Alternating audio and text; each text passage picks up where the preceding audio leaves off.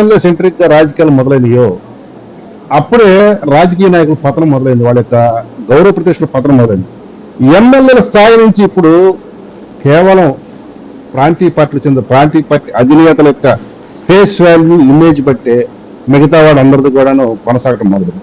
ఎప్పుడైతే ఆ పరిణామంలోకి వచ్చిందో ఈ ఎమ్మెల్యేల వాళ్ళ ఉనికి అనేది పూర్తిగా పోయింది. నేను అంటే సింపుల్ గా మా అవుతవారు ఏమైనా బాధపడను అంటే నేను ఒకటే మాట చెప్తాను, వారు బాధపడను అంటే వారు కొత్తగా ఒక కాన్సెప్ట్ తీసుకొచ్చి వాలంటీర్ వ్యవస్థను పెట్టారు, తప్పులేదు. ఒక ఆలోచన దారి ఉంది, ఆలోచన దారి ప్రకారం వాళ్ళు వెళ్దానుకున్నారు. కానీ ఈ ఆలోచన దారిలో ఎమ్మెల్యేలు, ఎంపీలు, జెడ్పీటీసీలు, ఎంపీటీసీలు, పంచాయతీ ప్రెసిడెంట్స్ అందరూ ఎగిరిపోయారు. అక్కడ జగన్ రెడ్డి, ఇక్కడ వాలంటీర్, వీళ్ళే కనపడుతున్నారు.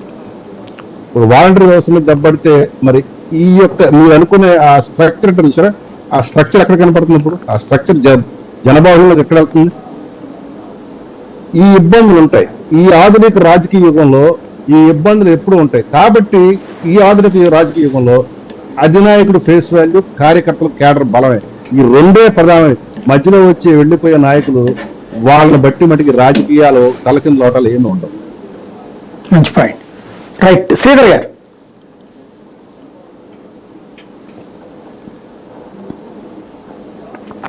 శ్రీధర్ గారు, మీరు ఆడియో మ్యూట్ లో ఉంది, చూడండి ఒకసారి.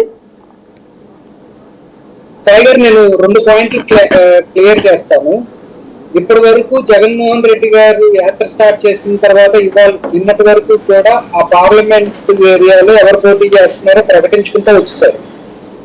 సో గుంటూరులో మారుస్తున్నారు అని చెప్పి అన్నారు కదా, రేపు సాయంత్రం ఈ టైంకి మీకే క్లారిటీ వస్తుంది, మారుస్తున్నారా లేదా, ప్రకటిస్తారా లేదా.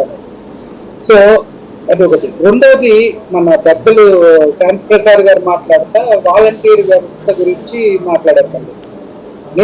మేము అదే చెప్తున్నాం అండి. మేమేం చెప్తున్నాం, మా 2019 నుంచి 2024 వరకు మేము ఏ పాలన అందించామో, మేమే అభివృద్ధి చేశామో, మేమే నెగిటివ్ ఏం మాట్లాడలేదు.